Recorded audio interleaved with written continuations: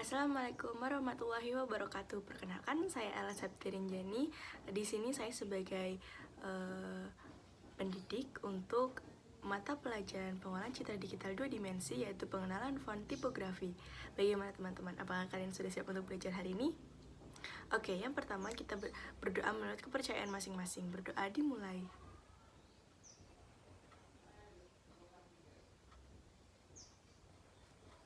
Selesai. Oke. Pastinya teman-teman penasaran dong ya, apa itu teks tipografi dan mengapa sih kita harus mempelajarinya? Ada apa dengan font tipografi tersebut? Sebelumnya saya akan menjelaskan tentang mengapa kita sebagai generasi muda kita harus rajin belajar dan harus menuntut ilmu. Karena saya membaca menurut Nelson Mandela, yaitu pendidikan adalah senjata paling mematikan di dunia, karena dengan pendidikan Anda bisa merubah dunia. Wow, pastinya teman-teman semua jadi tambah semangat ya untuk belajar.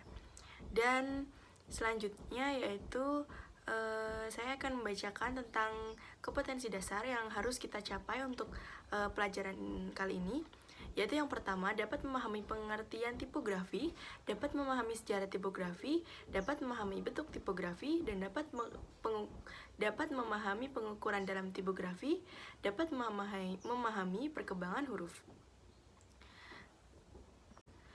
Nah, sebelum kita lanjut ke materi, saya akan sedikit berbicara tentang mengapa sih kita penting sekali untuk membahas tentang tipografi ini.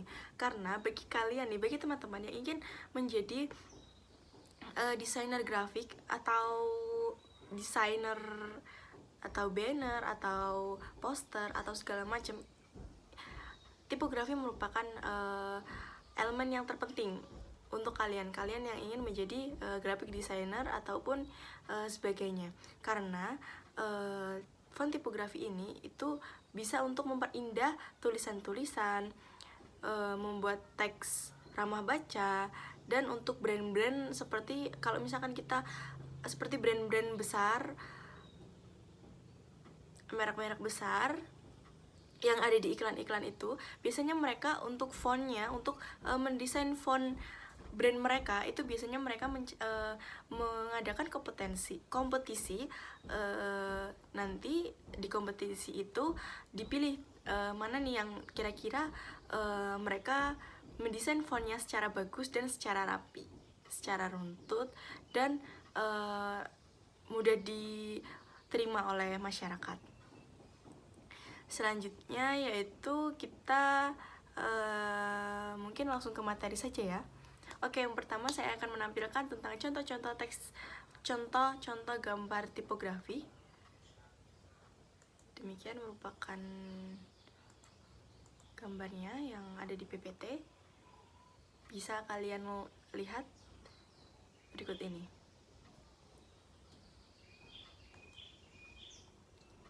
Oke, yang pertama adalah pengertiannya. Tipografi adalah kombinasi antara seni dan teknik untuk mengatur penulisan sehingga tujuan dan makna tulisan dapat disampaikan secara visual kepada pembaca. Dari pengertian ini saja sudah jelas ya, apa tipografi itu untuk apa sih? Yaitu untuk supaya pembaca itu memahami teks tersebut, dan di sisi lain ada unsur indahnya juga, tapi pembaca juga bisa dengan mudah untuk membacanya. Tidak hanya diambil dari unsur keindahannya saja. Selanjutnya yaitu tipografi adalah ilmu pemilihan surat dan organisasi dengan pengaturan distribusinya di suatu tempat yang ada untuk dapat membuat hal tertentu dan khusus sehingga pembaca dapat membaca senyaman mungkin. Selanjutnya adalah peran dari tipografi itu sendiri merupakan untuk memberikan pemeriksa ide atau informasi dari pengamat. Terkadang kita secara tidak sadar merawat tipografi setiap hari dan setiap saat, seperti koran atau majalah yang kita baca, label pakaian yang biasa kita pakai, dan banyak contoh lainnya. Nah, seperti kalau misalkan kita lagi di jalan, pastikan kita melihat poster ataupun baliho di samping kanan kiri jalan tentang iklan-iklan brand-brand atau brand-brand elektronik, brand-brand fashion atau segalanya. Itu mereka juga menggunakan font tipografi untuk menarik pembaca, dan supaya tulisan mereka itu lebih terlihat indah dan menarik untuk dibaca. Itu tujuan tipografi. Selanjutnya yaitu pengertian tipografi menurut ahli. Berikut adalah pengertian tipografi menurut beberapa para pakar atau ahli. Yang pertama adalah Roy Brewer. Tipografi adalah pengaturan dan tata letak halaman atau cetakan. Pada definisi sempit, hanya pemilihan dan berbagai masalah yang berkaitan dengan pengaturan huruf kalimat, tidak termasuk ilustrasi dan elemen yang lain, hilangnya surat pada lembar yang digunakan. Itu menurut Roy Brewer. Lalu menurut Dendi Sudiana, tipografi menurut Dendi Sudiana adalah elemen grafis yang paling mudah dibaca, tetapi melalui kata-kata yang terdiri dari surat untuk surat, mereka mengarahkan pembaca untuk memahami pesan atau ide. Selanjutnya yaitu dari Danton Sihombing. Tipografi menurut Danton Sihombing adalah representasi visual dari bentuk komunikasi verbal, visual, dan efektif. Oke, sejarah kemunculan tipografi yaitu awal perkembangan tipografi dimulai dari penggunaan pelajaran piktogram. Dari bentuk bahasa ini digunakan oleh seorang Viking Norwegia dan Indian Sioux. Di Mesir, perkembangan tipografi sekitar tahun 1300. Oke, setelah kita mempelajari tentang pengertian tipografi, selanjutnya kita mempelajari tentang sejarah tipografi. Berikut adalah materinya. Sebelum Masehi dan masih dikenal sebagai hieroglif. Bentuk tipografi merupakan sumber dari bentuk demotia. Tipe tipografi ini akhirnya berkembang di kendaraan dan akhirnya tersebar di Yunani dan akhirnya menyebar ke seluruh Eropa. Puncak perkembangan tipografi dimulai pada abad ke-8 sebelum Masehi, yaitu di Roma ketika orang-orang memulai menciptakan kekuatan mereka. Selanjutnya yaitu orang yang berada di negara Romawi tidak memiliki cara menulis. Mereka sendiri itu tidak tahu bagaimana cara menulis. Mereka mempelajari sistem penulisan Etruskan yang merupakan bahasa asli Italia dan menyempurnakannya ke dalam huruf Romawi. Selanjutnya, tipografi harus dipilih dan digunakan dengan benar. Kita sebagai manusia berkomunikasi melalui apa yang kita lakukan dan yang tidak kita lakukan. Oke, selanjutnya, oleh karena itu, tipografi adalah alat seberguna untuk mentransfer informasi. Selain menyampaikan makna sebenarnya, tipografi juga mentransmisikan asal, tujuan, maksud, lingkungan, dan waktu. Oke, setelah kita sedikit mempelajari tentang sejarah tipografi, ternyata sejarahnya menarik juga ya dibahas, tetapi hanya sedikit rangkuman yang saya sajikan. Kalian bisa mempelajari sejarah tipografi bisa dari berbagai sumber lain, tidak hanya dari saya saja karena saya menyajikannya hanya sedikit sekali. Kalian bisa mempelajarinya dari berbagai sumber ataupun dari buku-buku yang ada. Selanjutnya yaitu penemuan tipografi juga tidak jauh dari penemuan mesin cetak. Penemuan mesin cetak dengan sistem movable type pada tahun 1450 oleh Johann Gensfeld zum Gutenberg dari Jerman telah membawa banyak perubahan yang pesat dalam sejarah tipografi, terutama dalam teknik percetakan, pengukuran, serta produksi loh. Dan percetakan dengan movable type digunakan hampir selama 400 tahun. Wow, panjang sekali ya, lama sekali. Dengan berbagai macam penyempurnaan. Tahun 1886, Otmar Morgenthaler dari Jerman menemukan mesin tipe casting yang cara kerjanya adalah dengan cara memasangkan sejumlah huruf yang disusun per baris atau line casting. Mesin ini disebut linotype. Generasi selanjutnya dari teknologi tipe casting adalah prototype setting yang menggunakan proses film sebelum naskah ditransfer ke lempeng cetakan. Mesin ini dibuat oleh Hermann Ford pada tahun 1946 di Jerman loh. Dan selanjutnya yaitu perkembangan selanjutnya teknik pracetak analog yang menggunakan lempengan atau plat sedikit demi sedikit mulai tergeser oleh teknik pracetak digital prepress. Menurut kalian, menurut teman-teman, printer yang sekarang sering kita gunakan itu termasuk apa tidak ya? Oke. Selanjutnya, untuk sejarah sendiri, saya hanya menampilkannya sedikit sekali. Teman-teman bisa baca-baca lagi di berbagai sumber yang lain. Dan kita lanjut ke fungsinya. Fungsi dari tipografi. Ada beberapa fungsi dari tipografi, yaitu yang pertama, menarik perhatian pembaca. Kenapa menarik perhatian pembaca? Ya seperti yang tadi sebelumnya saya sampaikan. Kalau misalkan kita melihat poster ataupun kita melihat baliho di sepanjang jalan yang kita lewati, kalau misalkan tulisannya itu monoton ataupun teksnya itu bentuknya biasa aja nih, gak ada yang menarik, apa kita akan membaca? Tidak kan, kecuali kalau kita tidak sengaja untuk membaca.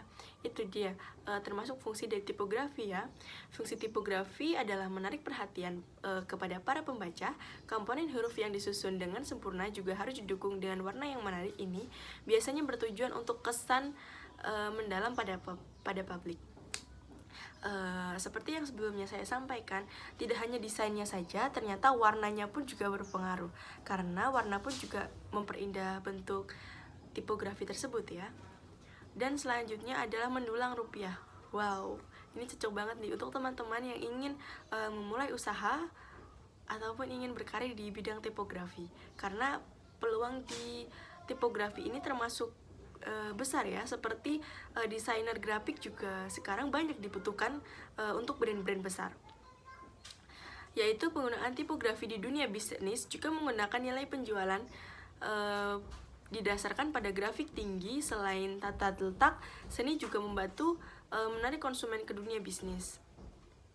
Jadi kalau misalkan sebuah brand besar itu logonya itu menarik perhatian, pasti banyak yang membaca dan banyak yang tertarik untuk mengetahui ini brand apa sih, kok tulisannya bagus gitu. Pasti kayak gitu. Dan selanjutnya yaitu menciptakan keindahan. Tidak jauh dari penjelasan saya yang sebelumnya.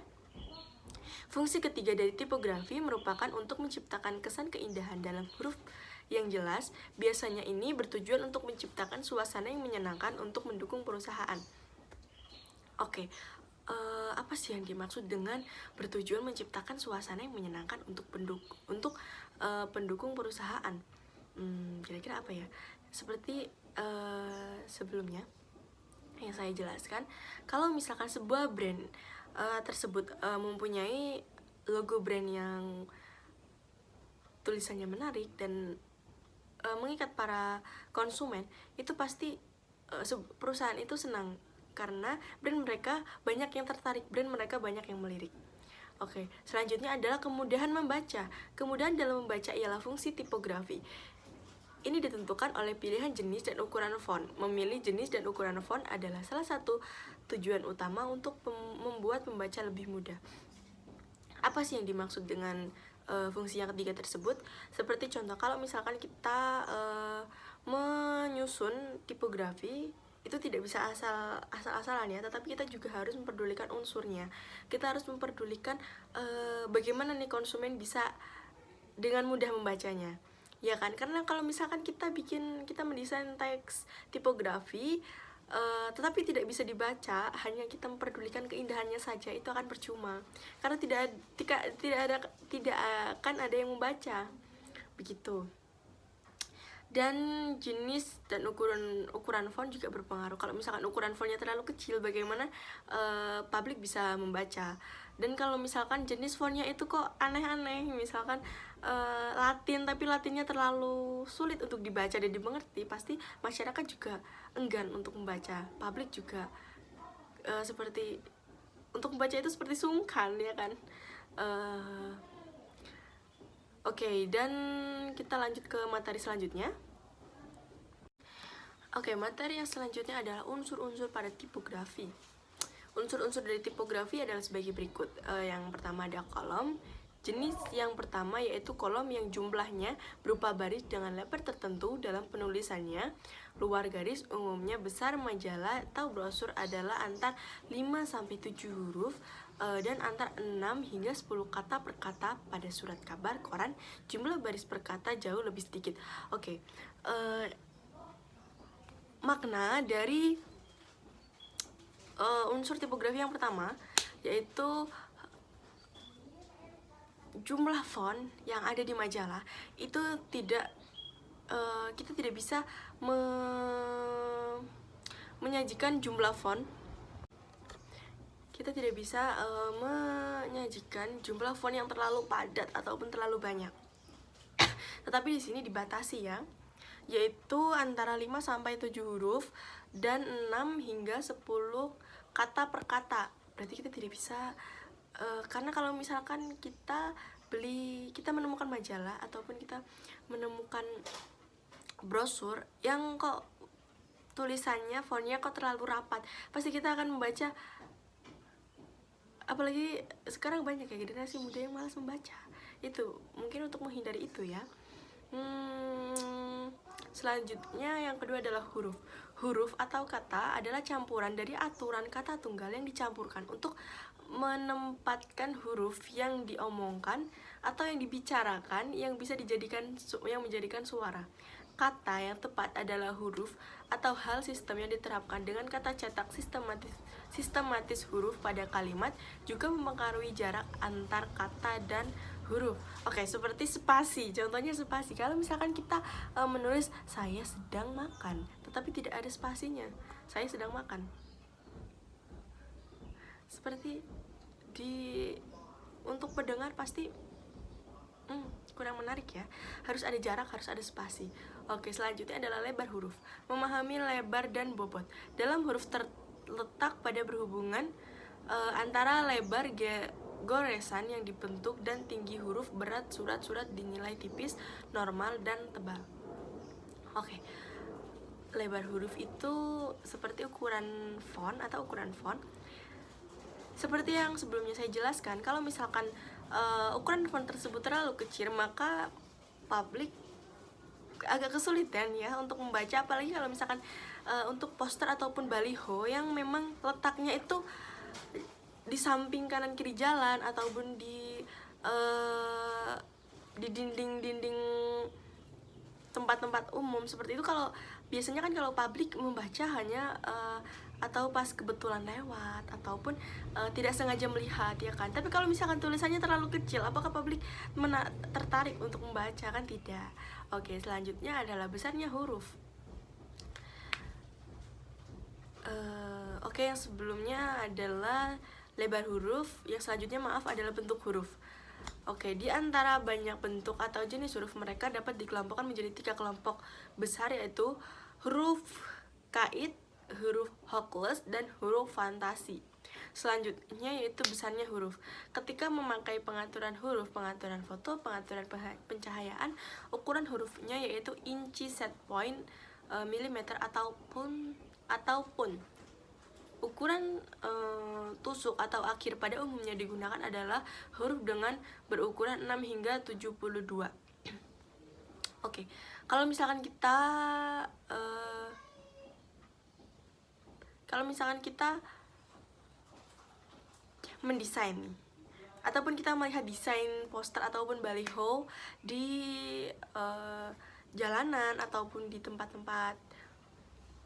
umum, kalau misalkan desainer tersebut menyajikan hurufnya itu ukurannya itu menggunakan meter, akan sebesar apa? Ya kan, apa cukup di poster? Kan tidak. Kita harus menyesuaikan juga untuk ukurannya, yaitu kita menggunakan ukuran inci, milimeter, set point ataupun pun. Oke, selanjutnya kita lanjut ke materi yang berikut yaitu masih tentang unsur-unsur pada tipografi, yaitu kemiringan huruf. Kemiringan huruf yang dimaksud adalah yang huruf dicetak miring. Dengan kata lain, huruf yang berjenis italik, huruf miring harus menekankan satu kata dan biasanya digunakan terhadap teks yang tidak terlalu panjang. huruf italik itu biasanya biasanya itu ditempatkan di kalimat yang untuk poinnya ya, untuk sebagai benang merah, ataupun ini loh yang akan kita agak sedikit tonjolkan itu yang ini. Oke, selanjutnya adalah baris. Garis terdiri dari kata-kata yang disusun satu demi satu. Antara kata ada juga jarak. Antar baris harus memiliki konsistensi optik atau deskripsi ekspresi yang terkait dalam paragraf. Oke, apa sih yang dimaksud? Baris yang terdiri dari kata-kata yang disusun satu persatu, berarti untuk menyusun kalimat yang didesain, kita harus menyusun secara teliti ya, atau secara matang ya. Oke, selanjutnya adalah bidang cetak dan ornamen. Ornamen dalam tipografi modern jarang digunakan sekali ya. Secara umum, ornamen hanya digunakan sebagai barang cetakan untuk undangan, sertifikat, diploma, dan karya dekoratif lainnya. Berarti ini hanya digunakan untuk seperti undangan, sertifikat, diploma, dan karya dekoratif lainnya. Oke, kita lanjut saja. Mungkin untuk unsur-unsur tipografi tidak ada pertanyaan ya untuk teman-teman. Kalian juga bisa bisa membaca lagi agar kalian pengetahuannya bertambah. Sekali lagi, tidak hanya dari saya saja, tapi kalian juga bisa membaca dari berbagai sumber tentang apa itu unsur-unsur pada tipografi. Itu masih banyak sekali. Oke, dan selanjutnya adalah elemen-elemen pada tipografi. Wow, elemen-elemen pada tipografi yaitu yang pertama adalah huruf judul tipografi. Untuk penggunaan judul tipografi ini lebih fleksibel selama elemen keterbacaan dan efektivitas dapat didistribusikan dengan rapi dan nyaman. Elemen aplikasi dalam desain grafis sudah terpenuhi. Oke, selanjutnya adalah evaluasi. Saya punya sedikit pertanyaan yaitu tentang jelaskan perbedaan antara tipografi mikro dan tipografi makro. Yang kedua, jelaskan hal-hal apakah yang harus dipertimbangkan dalam pemilihan huruf. Saya beri waktu 10 menit ya, dan masing-masing soalnya waktunya 5 menit. Silakan teman-teman menjawab.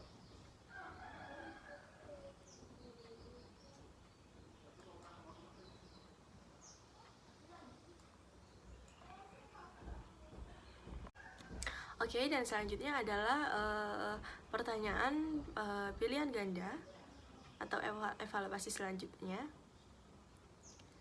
Oke, karena ini ada 5 soal,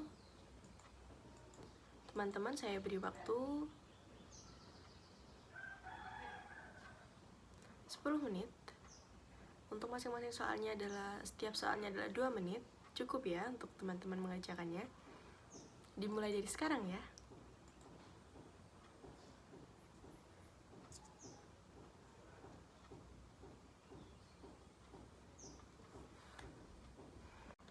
Oke, sekarang kita cocokkan ya jawaban teman-teman, apakah sudah betul apa belum.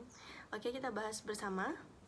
Yaitu yang pertama soalnya adalah ilmu yang mempelajari mengenai tata letak dan susunan huruf adalah A. Huruf grafi, B. Fonetik, C. Tipografi, D. Nirmana, dan E. Warna. Kali ini kita sedang belajar tentang tipografi, dan tipografi merupakan ilmu yang mempelajari mengenai tata letak huruf.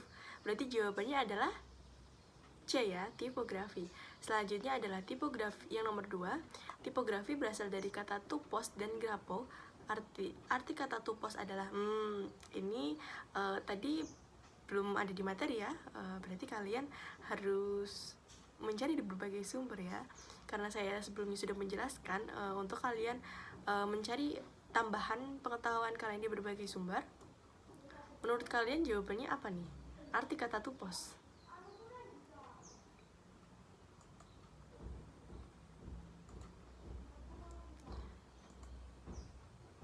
Ya, tupos adalah artinya bentuk.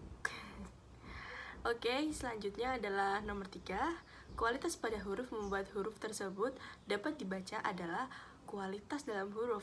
Kira-kira apa ya? Kualitas dalam huruf yang membuat publik mudah untuk membaca. Jawabannya adalah B, yaitu readability. Karena kemudahan untuk membaca ya, readability. Oke, selanjutnya adalah sekitar 3100 sebelum Masehi, bangsa Mesir menggunakan mungkin yang dimaksud adalah bangsa Mesir menggunakan font yang disebut dengan yang huruf grafi, fonetik, tipografi, piktograf, warna. Jawabannya adalah bagaimana nih teman-teman yang sudah mencari tambahan referensi di berbagai sumber? Ada jawaban atau belum menemukan jawaban? Yang nomor 4 jawabannya adalah D, yaitu piktograf. Selanjutnya yaitu tahun 1886, Otmar Mergenthaler dari Jerman menemukan mesin yang cara kerjanya adalah dengan cara memasangkan jumlah huruf yang disusun baris per baris. Ini tadi ada ya di materi. Line casting, mesin ini disebut apa? Masih ingat tidak teman-teman mesin ini disebut apa? Ya, jawabannya adalah D, linotype. Oke, bagaimana teman-teman untuk pelajaran pada kesempatan kali ini? Mungkin hanya sedikit saja yang bisa saya sampaikan dan saya bagikan. Sekali lagi teman-teman, tidak hanya mendapatkan wawasan hanya dari saya saja, tapi teman-teman bisa mencari berbagai referensi dari berbagai sumber dan buku-buku. Sudah banyak sekali buku-buku yang diperjualbelikan ataupun di internet juga. Jika kalian ingin membacanya secara gratis tanpa membeli buku, di internet juga banyak. Dan untuk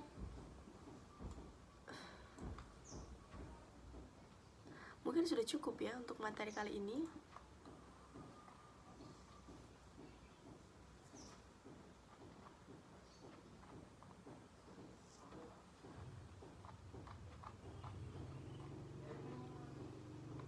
Oke, mungkin hanya segitu saja yang bisa saya sampaikan. Mohon maaf jika banyak tutur kata saya yang kurang berkenan ataupun untuk kata-katanya kurang bisa dipahami. Kurang lebihnya mohon maaf. Wassalamualaikum warahmatullahi wabarakatuh. Terima kasih sudah mau bekerja sama ya teman-teman.